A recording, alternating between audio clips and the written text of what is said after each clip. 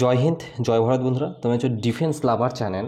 দেখো, ইতিমধ্যেই সিআরপিএফের তরফ থেকে আবার একটা নতুন ভ্যাকান্সি কিন্তু তোমাদের সামনে বেরিয়ে এসেছে।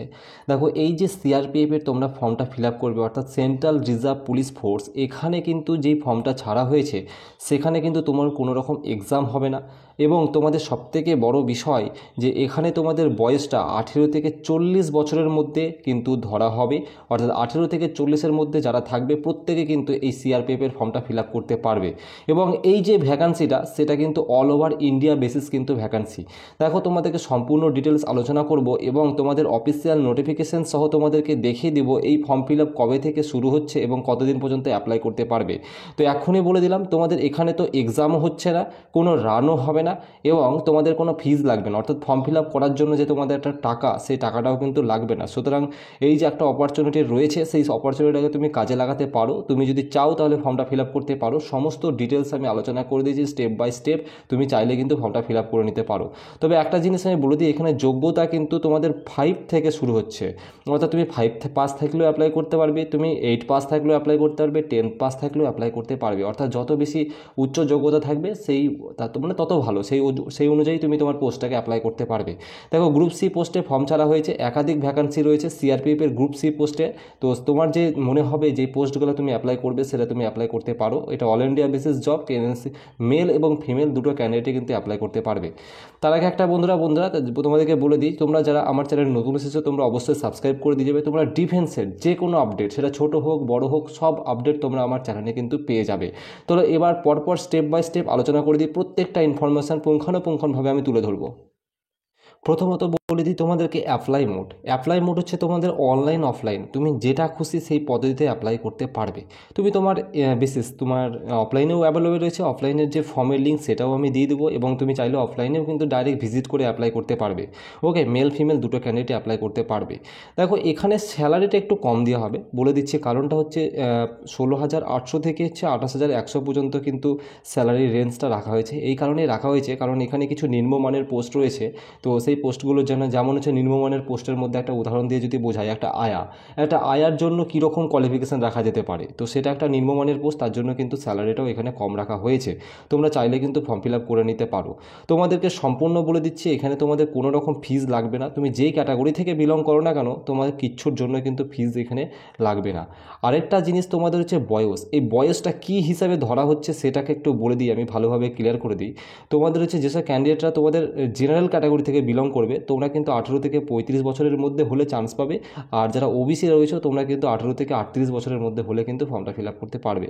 এবং এসসি এসটি ক্যান্ডিডেট যারা রয়েছে তারা কিন্তু 18 থেকে 40 বছরের মধ্যে অবশ্যই 5ই মে 2025 অনুসারে কিন্তু তোমার কী করতে হবে, তোমার বয়সটা ক্যালকুলেট হবে। ওকে, তো সুতরাং বয়স সম্বন্ধে আশা করছি বোঝাতে পেরেছি। এবার নেক্সট হচ্ছে তোমাদের যেসব ক্যান্ডিডেটরা এই যে সিআরপিএফ এর গ্রুপ সি পোস্টে অ্যাপ্লাই করবে, তোমাদের যেসব মেল ক্যান্ডিডেট রয়েছে তোমাদের হাইট কিন্তু 165 সেন্টিমিটার ধরা হবে। ওকে, এবং তোমাদেরকে বলে দিচ্ছি সরাসরি তোমাদের কিন্তু 9 তারিখে কিন্তু তোমাদেরকে কী করতে হবে, প্রেজেন্ট হতে হবে, ইন্টারভিউ স্থানে প্রেজেন্ট হতে হবে। দেখো, কোনো রকম পরীক্ষা হবে না, ডাইরেক্ট সরাসরি তোমাদের যে জায়গায় বলছি সেই জায়গায় চলে যাবে, সেখানে কিন্তু তোমাদের প্রেজেন্ট থাকতে হবে।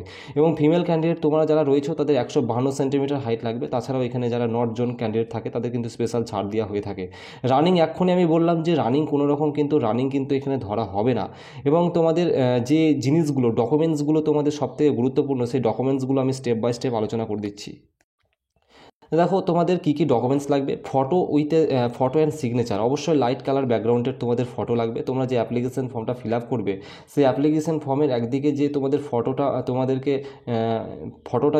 যেখানে তোমাদেরকে সাজাতে হবে বা যে আঠা দিয়ে পদ্ধতি ইউজ করবে, সেখানে কিন্তু তোমার কি ফটোটা কিন্তু একটা কালার, ব্যাকগ্রাউন্ড কালার থাকবে। ঠিক আছে, সেটা খুবই হাইলাইটেড, মানে একবার কি বলবো, মারাত্মক ধরনের কালার থাকবে না, নর্মাল কালার থাকবে। এডুকেশন সার্টিফিকেট কিন্তু তোমরা 8 পাসে এবং 10 পাসে দিয়ে দিবে। এবং কাস্ট সার্টিফিকেট অবশ্যই দিবে, ডোমিসাইল সার্টিফিকেট এবং আধার কার্ড। এই আধার কার্ডের প্রুফ তো কিন্তু অবশ্যই তোমাদেরকে দিতে হবে। এক্সাম প্যাটার্ন এবং সিলেবাস সম্পর্কে তোমাদেরকে যদি বলি, কোনো রকম এক্সাম হচ্ছে না। সিলেকশন প্রসেসটা কি, সিলেকশন প্রসেসটা সবথেকে গুরুত্বপূর্ণ, কারণ তোমাদের প্রথমে শর্ট লিস্টেড ক্যান্ডিডেট হবে, তারপরে তো অর্থাৎ যতজন ক্যান্ডিডেট তোমরা ইন্টারভিউ স্থানে ইন্টারভিউটা দেবে তাদের কিন্তু কী করা হবে, সিলেক্ট করা হবে। সিলেক্ট করার পর তাদের কিন্তু ফিজিক্যাল করানো হবে। দেখো, ইন্টারভিউ স্থানে সিলেক্টটা অনেক পরিমাণে ক্যান্ডিডেটকে করানো হবে, কারণ ফিজিক্যালের ব্যাপারটা রয়েছে, কারণ ফিজিক্যালে অনেকে বাদ যাবে। তো সেই ফিজিক্যালটা করানো হবে, তারপরে ডকুমেন্ট ভেরিফিকেশন হবে, ইন্টারভিউ, তারপরে হচ্ছে ফাইনাল লিস্ট কিন্তু বের করানো হবে। এডুকেশন কোয়ালিফিকেশান সম্বন্ধে আমি পূর্বে আলোচনা করে দিয়েছি। এখানে 10 পাস তোমাদের হচ্ছে 12 পাস এসব এগুলো রয়েছে। তো দেখো কী কী পোস্টগুলো রয়েছে সেটা আলোচনা করে দিচ্ছি। প্রথমে দেখো এখানে যে হেড মিস্ট্রেস পোস্ট রয়েছে, এখানে হেড মিস্ট্রেস পোস্টটা একটু কিন্তু গ্র্যাজুয়েট লাগবে। ওকে, এখানে গ্র্যাজুয়েট লাগবে with the nursery training diploma থাকতে হবে এবং ট্রেন গ্র্যাজুয়েট এবং পোস্ট গ্র্যাজুয়েট কিন্তু লাগবে। এখানে তুমি তোমার পোস্ট সেকেন্ড প্রেফারেন্সও তুমি দিতে পারো, এখানে বলা আছে যেখানে আর কি পোস্ট গ্র্যাজুয়েটের এখানটায়। তারপর হচ্ছে তোমাদের টিচার পড়তে কী কী ভ্যাকান্সি রয়েছে, মানে টিচার পড়তে কী কী কোয়ালিফিকেশান লাগবে। তোমাদের এখানে গ্র্যাজুয়েট হতে হবে উইথ নার্সারি ট্রেনিং ডিপ্লোমা, যেটা হচ্ছে জেবিটি বলা, বুঝতে পারছো। তারপর হচ্ছে ট্রেন গ্র্যাজুয়েট অর্থাৎ পোস্ট গ্র্যাজুয়েট হতে হবে। এটা সিম্পল। এখানে কিন্তু তোমাকে দুটোর ক্ষেত্রেই মাস্ট ইম্পর্টেন্ট হচ্ছে একটা জিনিস কম্পালসারি, যেটা হচ্ছে নার্সারি ট্রেনিং। যেহেতু এটা একটা নার্সারি ট্রেনিং এই কারণে চালা হয়েছে কারণ টিচারগুলো সেই নার্সারি টাইপের নার্সারি ডিপার্টমেন্টে কাজ করবে। ওকে, যেমন হচ্ছে তারপরে আয়ার জন্য কিন্তু সিম্পল, যেমন দেখো 10 পাস রাখা হয়েছে, 5 পাস রাখা হয়েছে। তুমি যদি সিম্পল 5 পাস করে থাকো তাহলে কিন্তু আয়ার জন্য তুমি অ্যাপ্লাই করে নিতে পারো। ঠিক আছে, তোমাদের অফিসিয়াল নোটিফিকেশান তোমাদেরকে দেখিয়ে দিচ্ছি, তোমাদের মন চাইলে তোমরা অ্যাপ্লাই করে নিতে পারো। আচ্ছা, এটাই হচ্ছে পুরো অফিসিয়াল নোটিফিকেশান। তো তোমাদের এই স্থানে কিন্তু তোমাদের কি হবে, এটাই কিন্তু তোমাদের শর্ট নোটিস, যেটা কিন্তু রোজগার পেপারে কিন্তু দেওয়া হয়ে থাকে, যেখানে তোমাদের ভ্যাকান্সিগুলো।